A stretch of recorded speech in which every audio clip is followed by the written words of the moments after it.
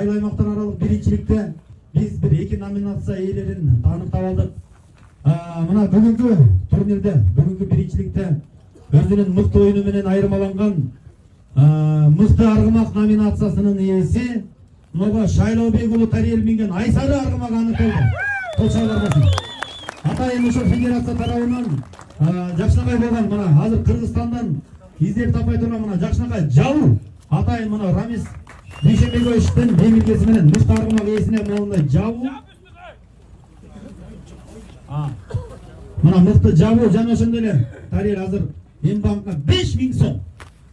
Мына Эмбанкка берип жазылды. Мына 5000 сом сенин мүмкүнлүгүңчө.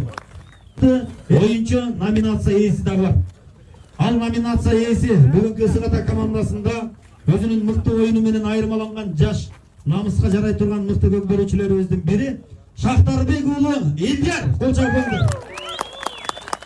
Мыкты оюнчу 5000 сом жана атайын заказ менен алынган чет өлкөдөн келген мындай Кыргызстанда жок. Жакшынакай аттын наградасы бар болуп атат. Кол чабып коюңдар. Шахтарбек уулу Элдияр. Сага да 5000 сом азыр эми алып чет.